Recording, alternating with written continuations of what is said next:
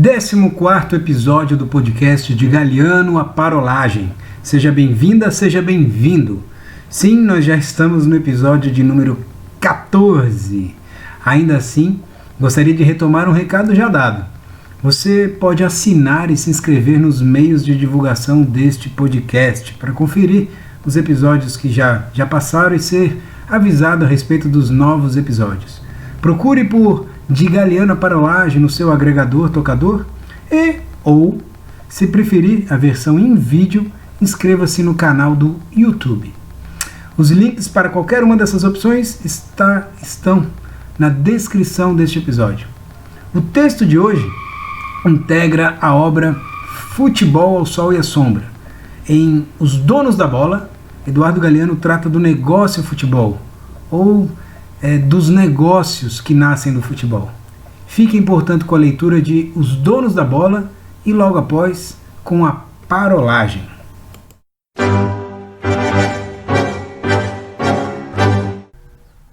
Os Donos da Bola. A FIFA, que tem trono e corte em Zurique, o Comitê Olímpico Internacional, que reina de Lausanne, e a empresa ISL Marketing, que tece seus negócios em Lucerna, manejam os campeonatos mundiais de futebol e as Olimpíadas. Como se vê, as três poderosas organizações têm sua sede na Suíça, um país que ficou famoso pela pontaria de Guilherme Tell, a precisão de seus relógios e sua religiosa devoção ao sigilo bancário. Casualmente, as três têm um extraordinário sentido do pudor em tudo o que se refere ao dinheiro que passa por suas mãos e ao que fica em suas mãos.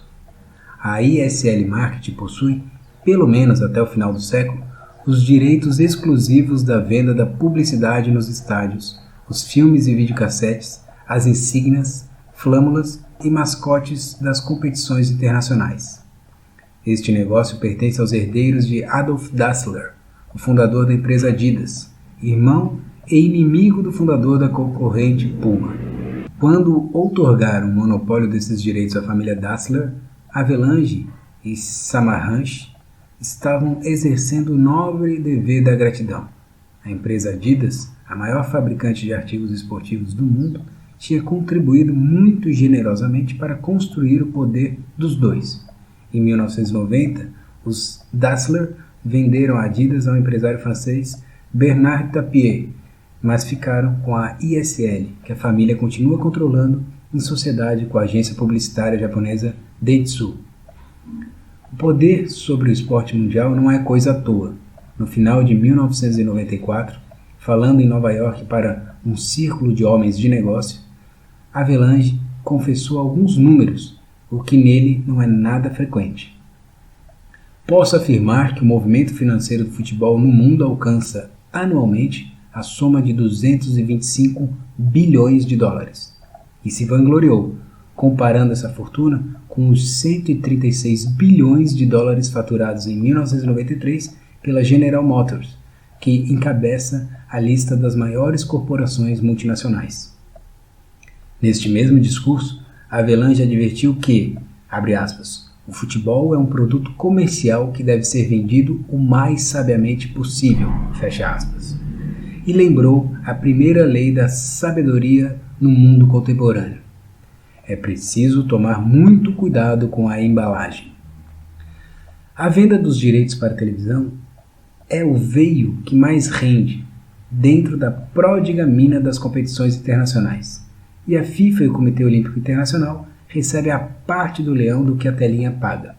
O dinheiro multiplicou-se espetacularmente desde que a televisão começou a transmitir os torneios mundiais ao vivo para todos os países. As Olimpíadas de Barcelona receberam da televisão, em 1993, 630 vezes mais dinheiro que as Olimpíadas de Roma em 1960, quando a transmissão só chegava ao âmbito nacional. E na hora de decidir quais serão as empresas anunciantes de cada torneio, tanto Avelange e Samaranch como a família Dassler são claros. É preciso escolher quem paga mais. A máquina que transforma toda a paixão em dinheiro não pode se dar ao luxo de promover os produtos mais sadios e mais aconselháveis para a vida esportiva. pura e simplesmente se põe sempre a serviço da melhor oferta, e só lhe interessa saber se o Mastercard paga melhor ou pior do que o Visa, e se a Fujifilm põe ou não põe sobre a mesa mais dinheiro que a Kodak. A Coca-Cola, nutritivo elixir que não pode faltar no corpo de nenhum atleta, encabeça sempre a lista. Suas virtudes milionárias a deixam fora de qualquer discussão. Neste futebol de fim de século, tão pendente do marketing e dos sponsors, nada tem de surpreendente que alguns dos times mais importantes da Europa sejam empresas que pertencem a outras empresas. O Juventus de Turim faz parte, como a Fiat, do grupo Agnelli. O Milan integra a constelação de 300 empresas do grupo Berlusconi. O Parma é da Parmalat. O Sampdoria do grupo petroleiro Mantovani. O Fiorentina do produtor de cinema Serge Gori. O Olympique de Marselha foi lançado ao primeiro plano do futebol europeu quando se transformou numa das empresas de Bernard Tapie, até que um escândalo provocado por um suborno arruinou o empresário de êxito. O Paris Saint-Germain pertence ao canal Plus da televisão. A Peugeot, sponsor do Sochaux, é também dona de seu estádio. A Philips é a dona do time holandês PSV Eindhoven. Se chamam Bayer os dois clubes da primeira divisão alemã que a empresa financia, o Bayer Leverkusen e o Bayer Uerdingen. O inventor e dono dos computadores Amstrad é também proprietário do time britânico Tottenham, cujas ações são cotadas na bolsa. E o Blackburn Rovers pertence ao grupo Walker.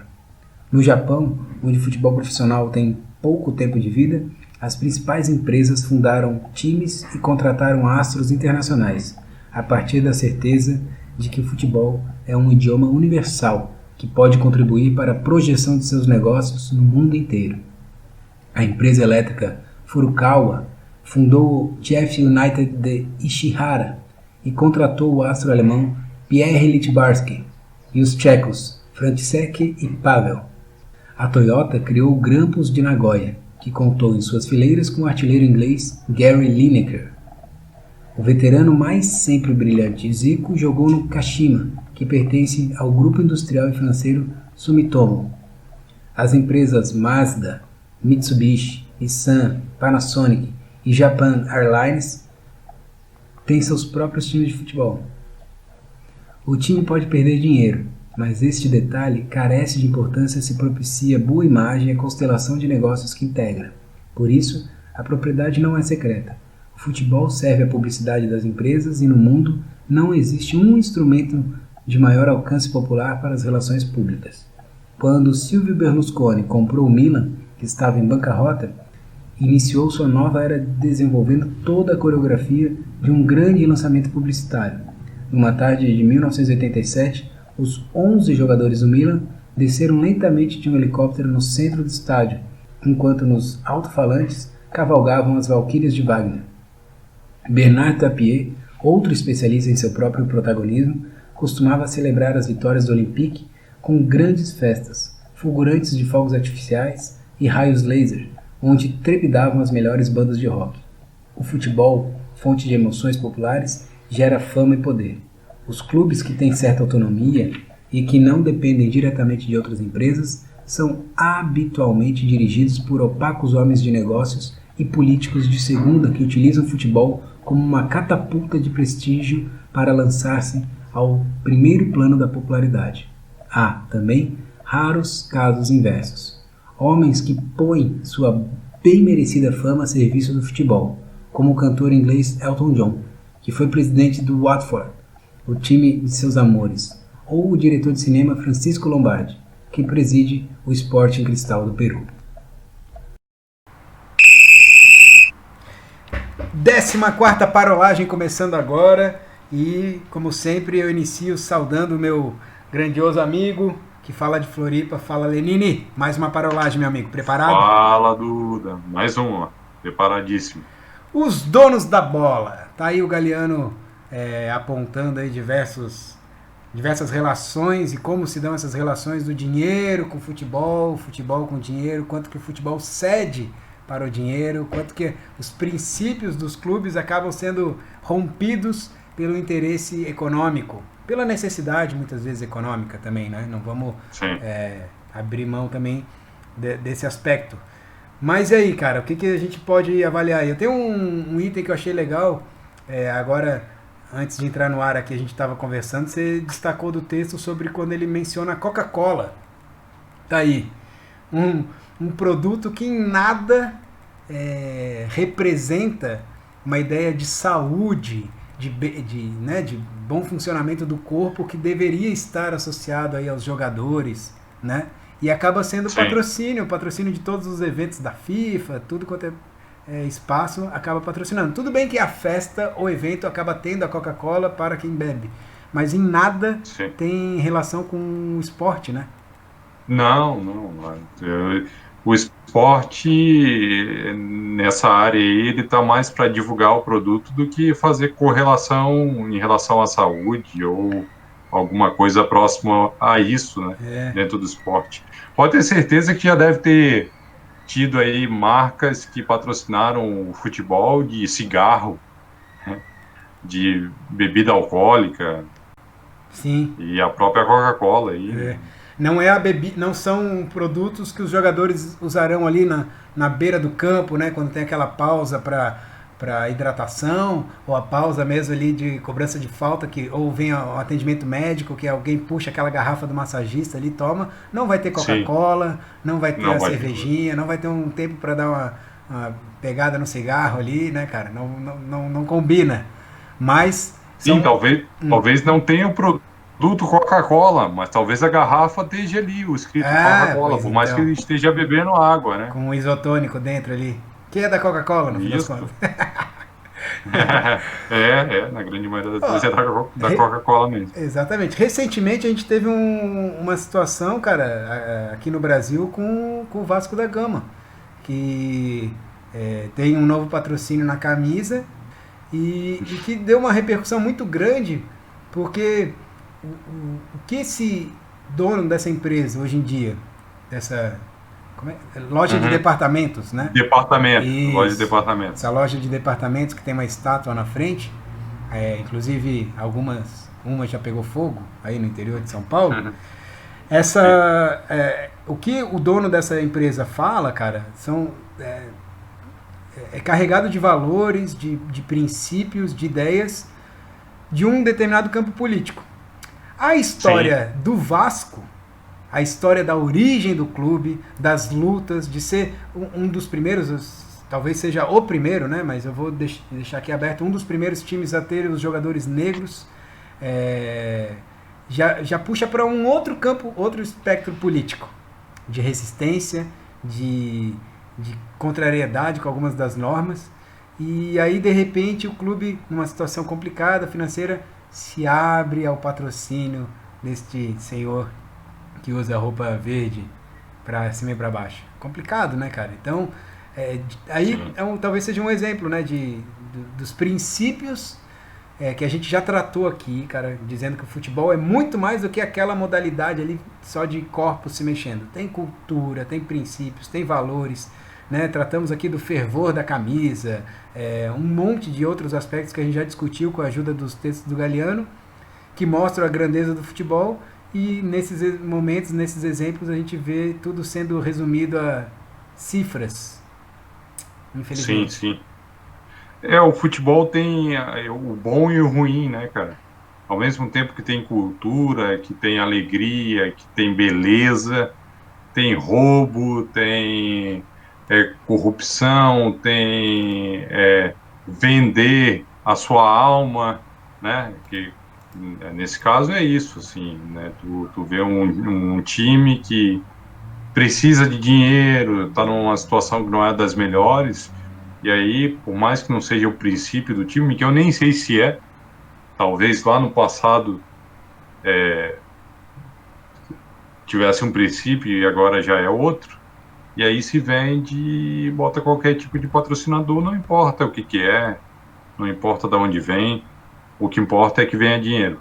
Falávamos também, Lenine, antes de entrar no ar aqui, sobre a mudança, né, no público que está presente dentro do estádio, com as reformas, as arenas, Isso já é um tema também que já chegou aí na grande mídia, já se discutiu bastante, sobre uma elitização, né, uma gourmetização do serviço prestado dentro dos estádios. Antes mais populares, hoje em dia ingressos caríssimos, né? Mas aí a pessoa tem a sua cadeirinha, aí tem as fast foods dentro dessas arenas, ou seja, mudou a realidade do que era, né, o futebol antes e para o que vem hoje. E aí a gente pode colocar também questão de princípios, né? Sim, sim. Quem que você quer que frequente o seu clube, ou que torça para o seu clube, que acompanhe o seu time? E aí é uma questão de escolha. Quem que você quer que faça parte do seu clube? E quem é e que direito alguns presidentes aí, diretores têm de determinar quem que eles querem que seja, né? Um clube que tem origens populares Sim, muitas vezes, né? Complicado. sim, sim. Eu acho que fechar os olhos para o seu público, de grande maioria, que são os que acompanham, os que estão lá e que, na grande maioria das vezes, sempre, né? Sempre, são os que não têm dinheiro, é uma burrice. Burrice. Eu acho que tu não pode ignorar a tua grande parcela da tua torcida, a grande parcela dos teus seguidores em relação ao teu time e deixar ele fora do espetáculo. Eu acho que isso é dar tiro no pé. Agora talvez não seja, ainda não está aparecendo dessa forma, porque fizeram grandes arenas e os valores estão absurdos, desde para você poder assistir um jogo, até para poder usar a própria camisa do time, é muito caro, né? Hoje uma camisa de time de futebol é 250, 350 reais, é um absurdo. Só que chega uma hora que o pessoal vai deixar de ir, vai deixar de pagar, vai deixar de acompanhar. E talvez esses que tenham muito dinheiro, talvez não sustentem essa máquina que é tão grande. E também com dinheiro vindo da televisão, muitas vezes tem gente que não está muito preocupada com necessariamente a renda, a presença do público. Tanto que teve alguns jogos, assim, ó, a gente vai ver aí um período que quando fazem o zoneamento, né, a separação de áreas dentro do estádio e colocam aquela área no meio do campo mais cara, ela acaba ficando vazia, né? E as pessoas compram o ingresso mais barato, atrás do gol, mais afastado, em cima. E aí quando você assiste o jogo pela televisão, tem aqueles buracos bem no. Você escuta a torcida, opa, tá tendo torcida, tem bastante gente, mas quando passa a câmera, a jogada no meio do campo, mas tá vazio lá, nossa, completamente vazio.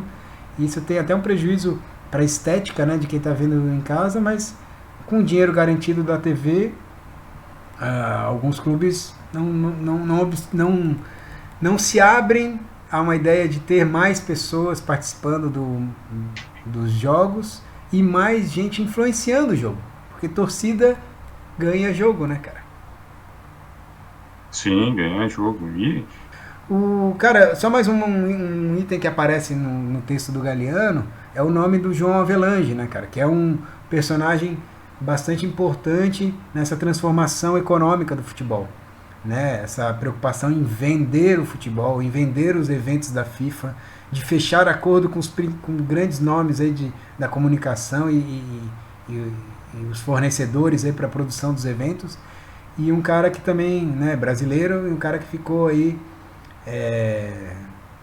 com o nome manchado, né, biografia manchada pelos escândalos, pelos crimes, hoje falecido, né, cara, João Avelange, mas que acabou tendo um nome manchado na história aí da FIFA, né, cara? Sim. Infelizmente, eu acho que o poder chega na mão de alguns e eles se perdem, né? Acho que foi o caso do João Avelange. Seria muito mais bacana, cara, se o texto do Eduardo Galeano chamado Os Donos da Bola tivesse tratando daqueles caras que são dono da bola quando entram em campo, porque a bola procura eles, né, procuram de estar com eles. Os caras dominam tudo quanto é bola, distribuem, enfim, o cara que manda no jogo, né? Seria bem mais interessante a gente estar discutindo isso e lembrando aqui de grandes nomes E a gente pode fechar, talvez, Lenine, essa parolagem, buscando aí, cara, quem poderia não deixar as grandes marcas serem as donas da bola, e vamos pensar então nos grandes jogadores. Quem que você chamaria, cara, para compor aí o seu meio de campo, no seu time, para ser realmente o dono da bola ali, ó, e ele fazer a máquina do seu time andar? Tem algum jogador aí que você possa... O meu time. É, O meu time tem um ídolo, né? Não tem um, tem vários, mas um é grandioso. Para os flamenguistas é Deus, né? É o Zico, né? Zico é Deus. Para aham. flamenguista, Zico é Deus. Se desse para colocar ele no meio Com campo hoje em certeza dia, seria... seria o meio-campo do meu time. Cara. Dos jogadores que você viu jogar, Lenine, né, mais recente daí, trazendo aí, tem algum jogador que você colocaria como o dono do time aí, o capitão, camisa 10 para comandar o teu time dos sonhos aí? Eu tenho um nome, cara, se me permite. Nacional? É, Nacional ou não, tanto internacional? faz. Eu tenho um nome. Se você me permite aqui, eu me antecipo e jogo o meu aqui. Que eu acho que é um cara que eu vi jogar. Falei. Nesse tempo de quarentena eu dei uma reprisada aí em alguns jogos e vi lances dele que eu, putz, cara, esse cara destruía mesmo, que é o Zidane.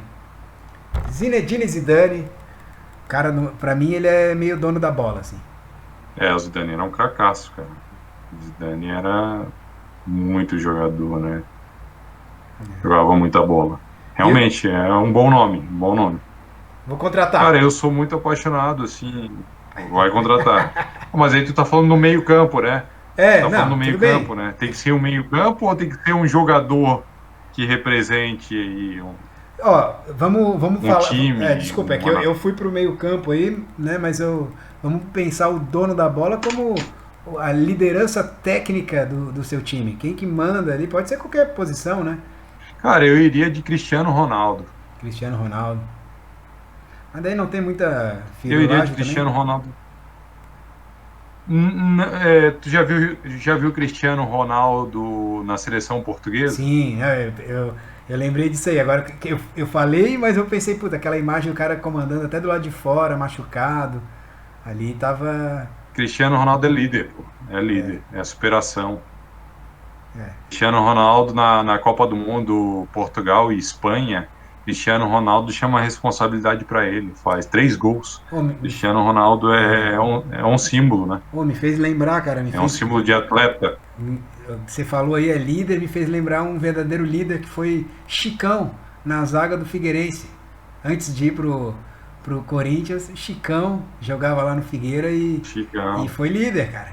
Acho que até Foi melhor do que líder. o Cristiano Ronaldo. Não, mas aí foi longe demais, né? Aí tu foi longe demais, né? Vamos encerrar essa Aí parolagem por foi aqui longe. mesmo, né? Beleza, então, meu camarada. Fechamos aqui mais uma? Beleza, irmão. Fechamos mais uma. Valeu, cara. Um Um abraço. Até a abração. próxima semana.